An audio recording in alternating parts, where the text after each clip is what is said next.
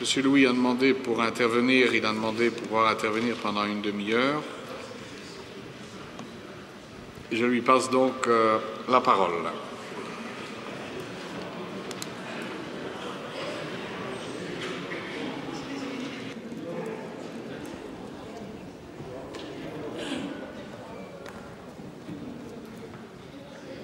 Merci, Monsieur le Président. Nous devons aujourd'hui statuer sur la levée de mon immunité parlementaire, mais est-ce que les citoyens belges présents aujourd'hui pour me soutenir durant ma défense au sein de ce Parlement ont vécu dépasse largement le débat sur la levée de cette immunité. En effet, sur décision unilatérale et arbitraire du président de cette Chambre, le socialiste André Flau, leurs droits élémentaires de citoyens ont été bafoués. Sans avoir causé le moindre trouble, ces citoyens, environ 80 personnes, coupables de soutenir mon mouvement Debout les Belges, ont vu leur accès à la tribune réservée au public être interdit par le président Flau, qui montre par cette décision son manque de respect pour les citoyens et la démocratie. Un manque de respect partagé par le socialiste flamand Reinhard Landuyt, qui a même trouvé intelligent d'intervenir personnellement auprès des services de la Chambre pour interdire que de l'eau soit mise à disposition de mes invités, de ces citoyens qui sont bloqués depuis plus de 6 heures dans une petite salle du Parlement. Selon M. Landuyt, seuls les élus ont droit à des boissons. Voilà, mes chers concitoyens, les gens qui nous dirigent et pour qui, j'ai bien la tristesse d'avouer, vous n'êtes rien. En empêchant à mes soutiens d'assister à mon intervention sur les bancs du public, pourtant totalement vide aujourd'hui, nous vivons un moment historique de déni de démocratie. Le Parlement est censé être le palais de la nation, la maison du peuple, mais certains élus s'octroient le droit d'en interdire l'accès à certains citoyens, en fonction de leur idéologie politique. Jusqu'où accepterons-nous d'aller? Et par cette décision, le Parlement montre clairement que les membres de Debout les Belges ne sont pas les bienvenus au sein de ce Parlement. Cela ne fait que renforcer notre détermination en vue des futures élections. Ces citoyens ne sont coupables d'aucun désordre, d'aucun cri, d'aucun dégât. Leur seul crime est de me soutenir. Et en agissant de la sorte, le Parlement vient de renverser le peuple. Le Parlement se retranche. Il a peur des citoyens. Et c'est le signe d'un régime à la dérive, d'un régime dont les heures sont comptées. Et aujourd'hui, en pleine semaine de deuil de Nelson Mandela, vous avez, M. Flau, assassiné une fois de plus la démocratie sans qu'aucun parti politique n'intervienne pour m'aider à faire respecter les droits de nos concitoyens. Aujourd'hui, politiquement, je suis seul contre tous, et j'en suis fier, mais le soutien populaire n'a jamais été aussi grand. Alors que le drapeau de l'Afrique du Sud orne ce Parlement en hommage à Mandela, nous venons de vivre un moment de ségrégation parlementaire et d'apartheid politique. Et je n'ai pas peur des mots. C'est un moment historique dont aucun journaliste, je le crains, ne parlera, mais qui démontre pourtant à quel point les élus méprisent les citoyens. Et un seul mot pour terminer sur cet événement, je voudrais dire que Debout les Belges, c'est vous, c'est nous, mais ce ne sont pas eux, ces élus. Et un mot pour mes amis qui sont enfermés dans la salle et qui m'écoutent, eh bien, je voudrais dire qu'ils sont tout simplement formidables et que je suis fier d'eux. Passons maintenant à l'immunité. Nous sommes aujourd'hui réunis pour procéder, au plus grand bonheur de certains, je n'en doute pas, à la levée de mon immunité parlementaire, suite à des poursuites judiciaires largement intentées à mon encontre sur des bases essentiellement politiques. C'est révélé un secret de polichinelle que de dire que ces poursuites ont été intentées contre moi à la demande de Mme Milquet, ministre de l'Intérieur, et de Mme Turtelbaum, ministre de la Justice. Bonjour l'indépendance. Cela faisait plus d'1 an et demi que vous en rêviez. La justice a enfin décidé et répondu à vos attentes en demandant mon renvoi devant la Chambre du Conseil de Bruxelles le 21 janvier 2014 à 9 h. Et j'invite d'ailleurs tous les citoyens belges qui veulent me soutenir à venir nombreux à cette audience. Parce que si le politique tente d'influencer la justice, je demanderai au peuple de Belgique de se mobiliser pour garantir l'indépendance de l'institution et mettre la pression sur le tribunal. De même, si l'on interdit à mes partisans de venir assister aux séances publiques, nous serons présents tous les jeudis, sans discontinuer jusqu'à la fin de cette législature. Et nous verrons bien, si M. Flao décide d'interdire à tout public, jusqu'au mois de mai, de venir dans ce Parlement. Et comme le règlement de la Chambre le prévoit, j'ai décidé de prendre la parole cet après-midi afin d'assurer ma défense, si on peut dire. Et en bon démocrate que vous êtes, j'imagine que vous aurez la décence de me laisser l'exprimer dans le calme et jusqu'au bout. Alors la première chose qu'on me reproche, c'est d'avoir recelé des pièces du dossier Dutroux et de l'avoir diffusé. Recelé, ça veut donc dire que le dossier a été volé. Ah bon, je ne savais pas. Le dossier Dutroux a été volé. Moi, j'ai lu ça nulle part. J'ai lu ça nulle part dans les journaux. Et donc, dois-je comprendre que l'État belge est incapable de protéger le dossier judiciaire le plus important des 20 dernières années? C'est possible, hein, vu qu'on a bien été capable de laisser Dutroux s'évader. Dans ce pays, tout est possible. Et c'est aussi comique d'oser parler de recel, alors que le dossier Dutroux a été jugé en 2004 en audience publique devant la cour d'assises d'Arlon. Je dois rappeler que ce dossier a dès lors été largement diffusé auprès des journalistes et des organes de presse afin d'alimenter leur gazette. Et nous savons tous aujourd'hui que tous les organes de presse sont en possession de ce dossier sensible. Mais allez, admettons, je veux bien vous faire plaisir, admettons que ce dossier que j'ai reçu d'un ancien parlementaire, un membre de l'ancien parti vivant, M. Albert Mailleux, et non d'un criminel, hein. Imaginons que ce dossier ait été volé. Pourriez-vous me dire pourquoi je suis le seul à être poursuivi pour en avoir eu quelques pièces en ma possession? Parce que j'ai fait des recherches et j'ai découvert que je n'étais pas le seul à détenir ces documents. Ainsi, j'ai découvert cet article du 7 juillet 2010. J'étais à l'époque élu depuis quelques semaines. Et j'étais encore loin d'avoir été mis en possession des photos d'autopsie des victimes de Dutroux et consorts. Je vais vous lire l'article qui a été publié sur 7/7. Suite aux perquisitions effectuées à l'archevêché de Malines-Bruxelles et à la découverte des CD-ROM contenant le dossier Dutroux chez le cardinal Danez, l'ancien primat de Belgique, l'Église réagit par une conférence de presse par les voix de Éric de Beuquelaar, porte-parole des évêques de Belgique, et maître Keulener, avocat de l'archevêché. Voici le passage le plus intéressant. Les documents relatifs au dossier judiciaire de Julie et Mélissa, découverts lors de perquisitions à l'archevêché de Malines le 24 juin, ont été envoyés par un tiers à Monseigneur Léonard. Il ne s'agit pas de dossiers papier, mais de 2 CD-ROM qui auraient été envoyés par un tiers bien connu de la presse et de l'évêché. Comme le mentionne la presse de mercredi, ces CD-ROM ont également été envoyés durant l'affaire Dutroux à des journalistes judiciaires, des politiciens et d'autres personnalités du pays. Il conclut en disant « Il ne s'agirait donc aucunement d'une trouvaille unique. Il ne s'agirait donc pas d'une trouvaille unique. » Et d'autres personnes de sphères d'activité différentes auraient donc reçu ce dossier. Excusez-moi, mais je me pose alors une question. Pourquoi le parquet ne décide-t-il pas de poursuivre ces journalistes, ces politiciens, ces ecclésiastiques qui, tout comme moi, ont reçu ce dossier?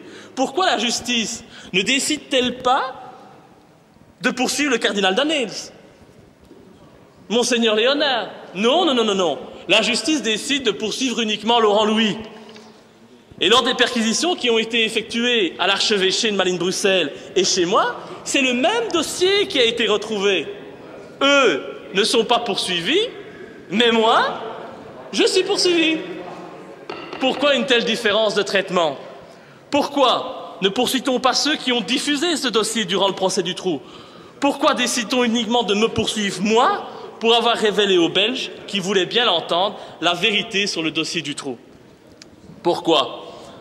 Peut-être parce que je suis le seul parmi les personnes à avoir eu accès à ce dossier, à avoir osé dénoncer ce qui s'y trouve, les invraisemblances et les mensonges qu'on cache à l'opinion publique. C'est à celui qui a eu le courage de risquer sa vie pour la vérité, sa carrière pour la mémoire de ces pauvres enfants violés jusqu'à ce que mort s'en suive, qu'on s'en prend. Preuve supplémentaire que des gens haut placés ne veulent pas que la lumière soit faite sur ce dossier. La réalité, c'est que Dutroux n'est que la petite main d'un réseau bien plus large, se composant d'une certaine élite du pays, des gens qui sont en mesure de faire étouffer la vérité.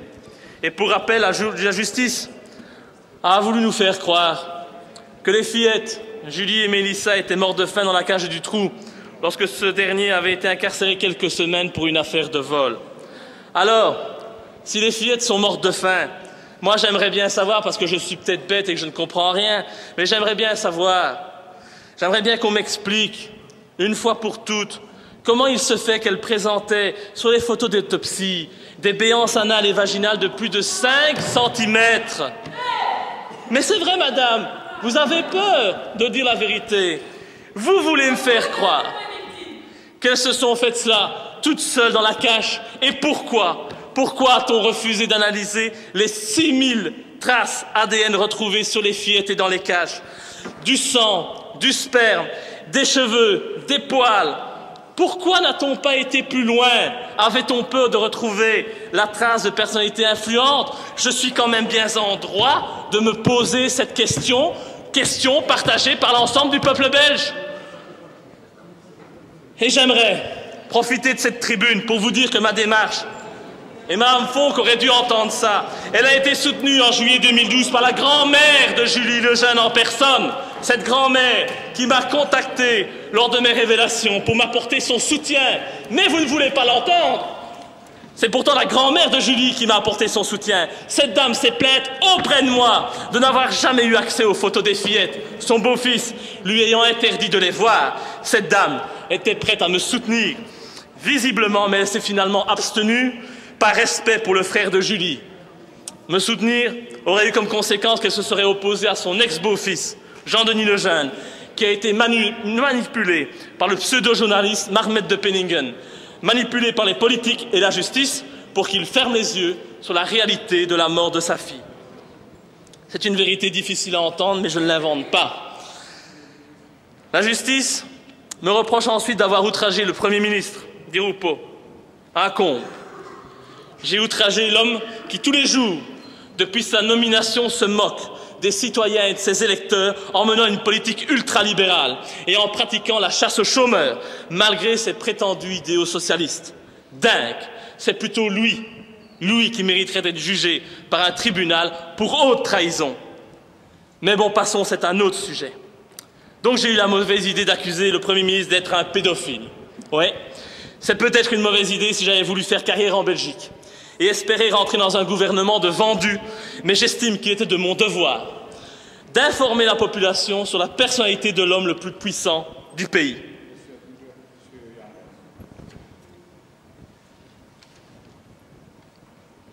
Ja, dank u wel, meneer de voorzitter. Ik zie dat de collega's het halfrond verlaten. Ik sluit mij aan bij de verontwaardiging die, denk ik, de reden is waarom zij het halfrond verlaten. Ik deel, en ik denk dat ik namens mijn fractie mag spreken, dat wij die verontwaardiging delen. Maar dit is een parlement en alhoewel het van de laagste soort is wat daar op het sprekersstoel verteld wordt, vind ik toch dat in een parlement de parler vrai een van de belangrijkste waarden van een parlement is.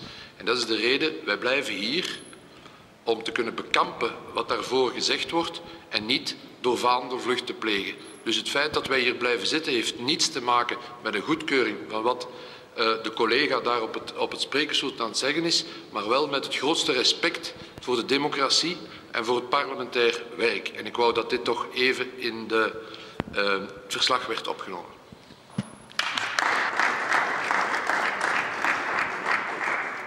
Ik dank u, meneer Jambon.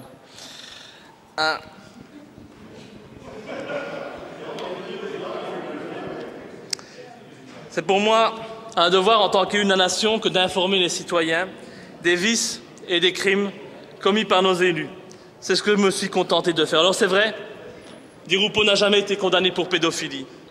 Mais un nombre très important de plaintes ont été déposées contre lui pour de tels faits. Toujours pour les mêmes faits. C'est bizarre, non? Comme on dit chez nous, il n'y a pas de fumée sans feu. Mais le plus inquiétant, c'est que la destination a toujours été la même pour ces plaintes. La poubelle. Et c'est ça que je veux pointer du doigt. Les prétendues victimes étaient à chaque fois des criminels qui voulaient profiter de la notoriété de notre pauvre petit Elio. C'est tellement plus pratique de jeter le discrédit sur les victimes. En plus, quand on fait cela 5-6 fois et qu'on tourne les victimes en ridicule, on évite que d'autres personnes aient encore le courage de dénoncer les faits dont ils sont victimes. Pourtant, des PV, il y en a eu, comme celui de la police de Namur, portant le numéro 12-852/98, dans lequel est auditionné Jean-Marie Rulens, client de la boîte La Brique à Liège, qui déclare que Di Rupo s'y amusait avec des jeunes de plus ou moins 14 ans et qu'il les payait 15 000 francs, 375 € pour des gâteries, fellations et sodomies. L'audition de ce Rulens contient de nombreux détails. Il n'y a rien de farfelu dans ses propos. Et je peux même vous dire que j'ai moi-même rencontré un de ces jeunes qui fut jadis victime des pulsions sexuelles de Di Rupo. Cet homme qui a été violé, je suis désolé, c'est dur à dire, violé par notre Premier ministre alors qu'il n'avait que 14 ans. Cet homme est démoli. Il a été harcelé par le système pour qu'il se taise. Tout a été fait pour qu'il se fasse passer pour un fou. Et aujourd'hui, il a d'ailleurs été interné par la justice. Imaginez comme c'est pratique. Une note du parquet portant le numéro 37 66 11 75 28/96 indique aussi l'identité de 2 mineurs âgés de 13 et 14 ans. Ces jeunes confirment avoir eu des relations sexuelles avec Di Rupo. Un PV de la BSR de Wavre de 96 mentionne le témoignage de Mme Delnest qui s'inquiète auprès de la police de voir Di Rupo aller et venir avec des jeunes gens dans un immeuble voisin. La police n'effectuera aucune enquête de voisinage, malgré que d'autres voisins confirmèrent les dires de Mme Delnest. Un rapport de la Brigade nationale de gendarmerie du 9 octobre 1996 insiste également sur les rapports spéciaux entre Di Rupo et de jeunes garçons. On y parle d'un jeune homme décrit comme le protégé de Di Rupo et qui a été retrouvé mort. Et les PV se poursuivent. Rapport de la BSR de Bruxelles, 3 décembre 1996, qui relate des relations sexuelles entre Di Rupo et de jeunes garçons. Mais c'est clairement indiqué dans le PV. Vu la notoriété de Di Rupo, nous ne poursuivons pas. Est-ce qu'on doit accepter cela? PV de la police judiciaire de Bruxelles, portant le numéro 46-66-3 du 5 novembre 1996, où le chauffeur de l'ancien ministre Graffé évoque des partous auxquels participait Di Rupo. Le nom de Di Rupo apparaît encore dans une note confidentielle de M. Demanet, procureur général de Mons, et Marchandise, procureur du roi de Charleroi, daté de 1996. Pourquoi? Parce que les coordonnées de Di Rupo figuraient dans le carnet d'adresse de Jean-Luc Finet. Et qui est ce monsieur? Il a été inculpé à l'époque pour détention de cassettes pédopornographiques. Tiens, comme c'est intéressant. Di Rupo a également eu un accident de voiture lorsqu'il était en compagnie d'un jeune garçon à Sarre-la-Buissière, à quelques mètres de la maison de Marc Dutroux. Mais comme par hasard. Mais moi, je suis désolé, je ne crois pas au hasard. Et il y a donc des PV, mais aussi de nombreux témoignages, un nombre impressionnant de témoignages auxquels on n'a jamais donné le moindre crédit, même lorsqu'ils venaient de policiers assermentés. Ainsi, en août 1989, Di Rupo était à l'époque député européen. Eh bien, à l'époque, 2 policiers communaux surprennent Di Rupo en bordure du Grand Large à Mons. Et avec qui? Avec un gamin de 12 ans et un gamin de 13 ans dans sa voiture. Les gamins avaient le bas du corps dénudé.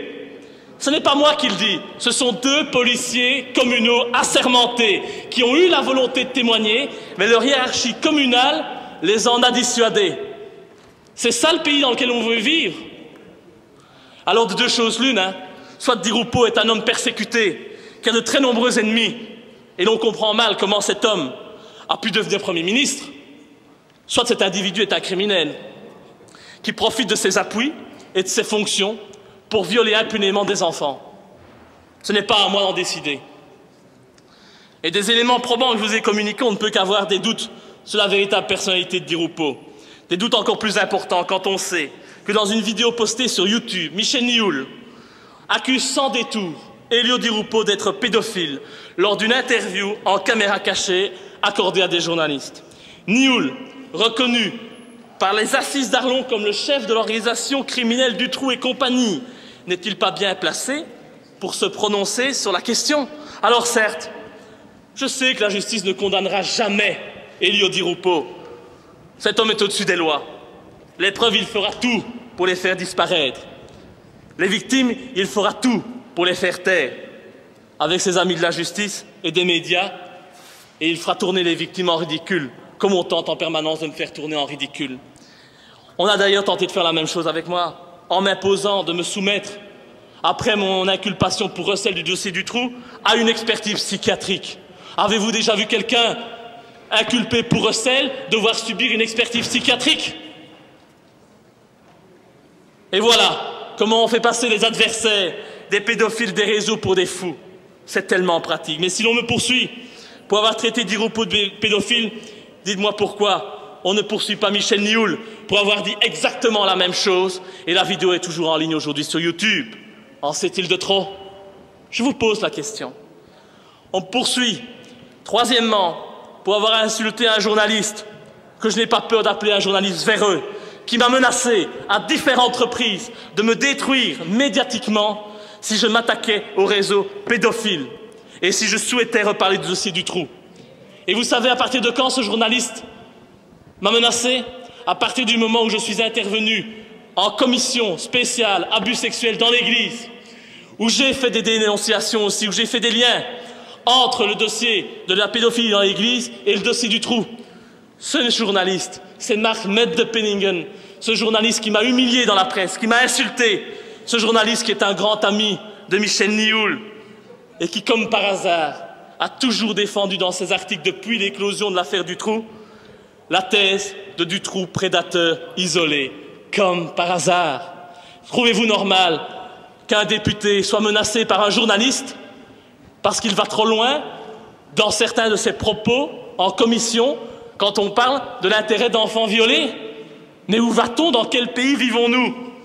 On me reproche d'avoir diffusé une liste comprenant environ 500 noms de personnalités de l'élite politique, financière, juridique et franc-maçonne du pays qui auraient commis des actes de pédophilie. Une fois de plus, ce n'est pas moi qui suis l'auteur de cette liste. Tous les autres députés, normalement, ont reçu cette liste par mail. Un mail qui émanait de Mme Emine Gevelt, qui est aujourd'hui décédée d'un cancer généralisé, foudroyant, comme l'a été Albert Mailleux. C'est dingue, comme ceux qui luttent contre le pouvoir en place s'éteignent rapidement. Et j'ai jugé de mon devoir de publier cette liste sur mon site, une fois de plus, pour en informer les citoyens. Dois-je rappeler que pour ces deux faits, seule la cour d'assises est compétente. Et oui, il s'agit dans les deux cas d'un délit de presse. Et franchement, je serais très heureux de pouvoir répondre de ces faits devant une cour d'assises qui me donnerait une formidable tribune pour mener ce combat contre la pédophilie d'État maçonnique.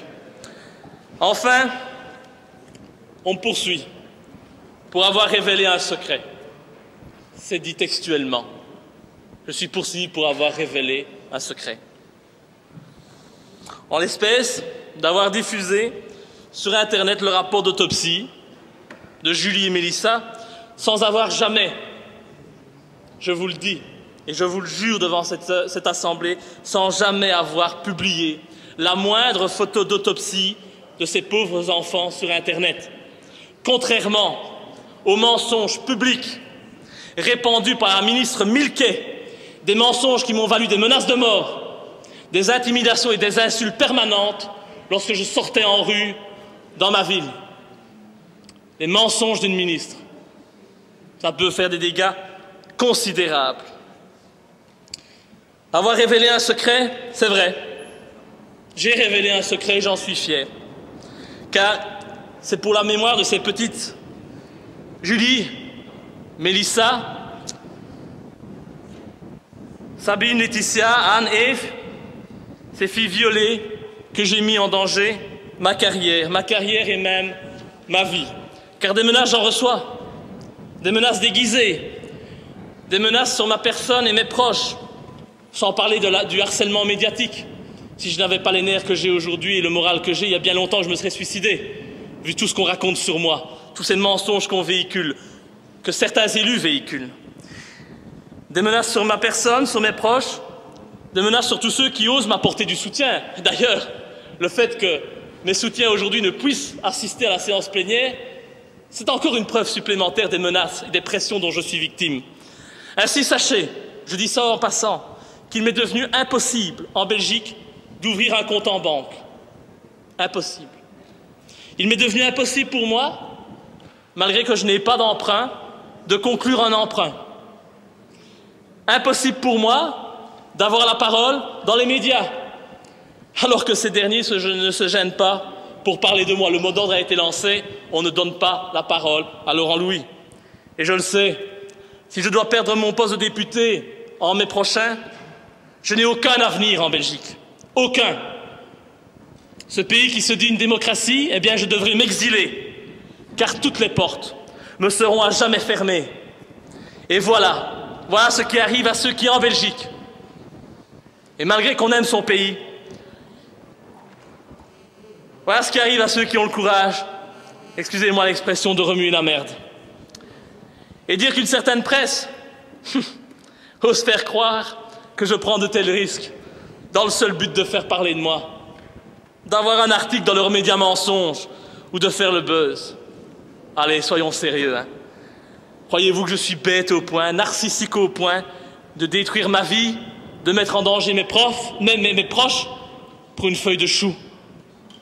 Soyons sérieux. Je prends des risques énormes, mais le combat en vaut le coup. Et je l'assume, ce n'est pas grave. Je suis prêt à partir de ce pays.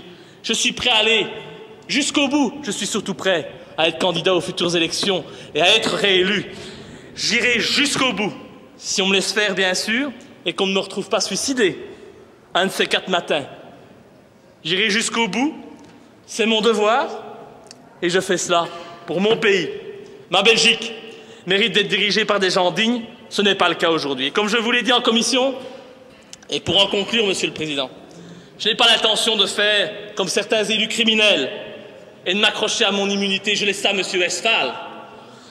Et c'est donc avec force aujourd'hui que j'exige que vous leviez mon immunité parlementaire afin que je puisse répondre de ces faits devant la justice.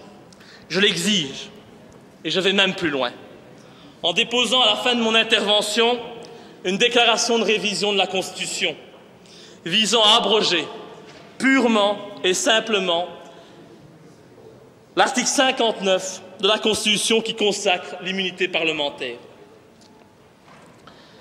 J'estime que les députés sont des citoyens comme les autres et qu'ils ne doivent en aucun cas disposer de privilèges. Cette immunité, consacrée par l'article 59, est un privilège. C'est un privilège qui est digne d'une époque révolue. Et j'espère donc, à l'approche des élections et de la dissolution des chambres, que vous, les élus de nation, vous aurez le courage d'abolir cette immunité en inscrivant l'article 59 comme révisable. Vous en rêvez? Je le sais, je vous donne donc la possibilité. Allez-y, je suis une victime consentante devant vous. Levez mon immunité, j'irai en justice et vous ferez de moi une victime. Une victime du système que je combats depuis que je suis élu. Vous ferez ainsi la démonstration qu'il n'est pas bon s'opposer à vous et de défendre la vérité. Levez mon immunité, je vous le demande, mais pensez aussi le jour venu à demander également la levée de votre immunité à tous. Nous verrons, d'ici quelques semaines, lorsque vous devrez vous prononcer en séance plénière sur cette demande de révision, sur cette demande de déclaration de révision de la Constitution, nous voterons. Si vous êtes d'accord, nous allons dissoudre les chambres, nous irons aux élections un peu plus tôt que prévu. Et nous verrons, bien entendu, si vous aurez le même courage que moi ou si vous préférez toujours pouvoir échapper à la justice en vous cachant derrière votre immunité. Je vous remercie. Il me reste juste une chose à faire et je crois que le Parlement le mérite bien, c'est ceci.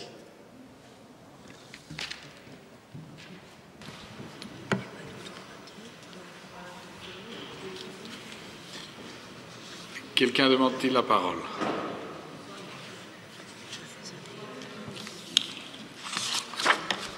La conclusion de la commission est la suivante. Vu la demande formulée par le procureur général près de la Cour d'appel de Bruxelles, vu l'article 59 alinéa 1er de la Constitution, vu les principes généraux pré-rappelés, la commission propose à l'unanimité d'accorder l'autorisation constitutionnelle de renvoyer M. Laurent Houly, membre de la Chambre des représentants, vers la juridiction compétente.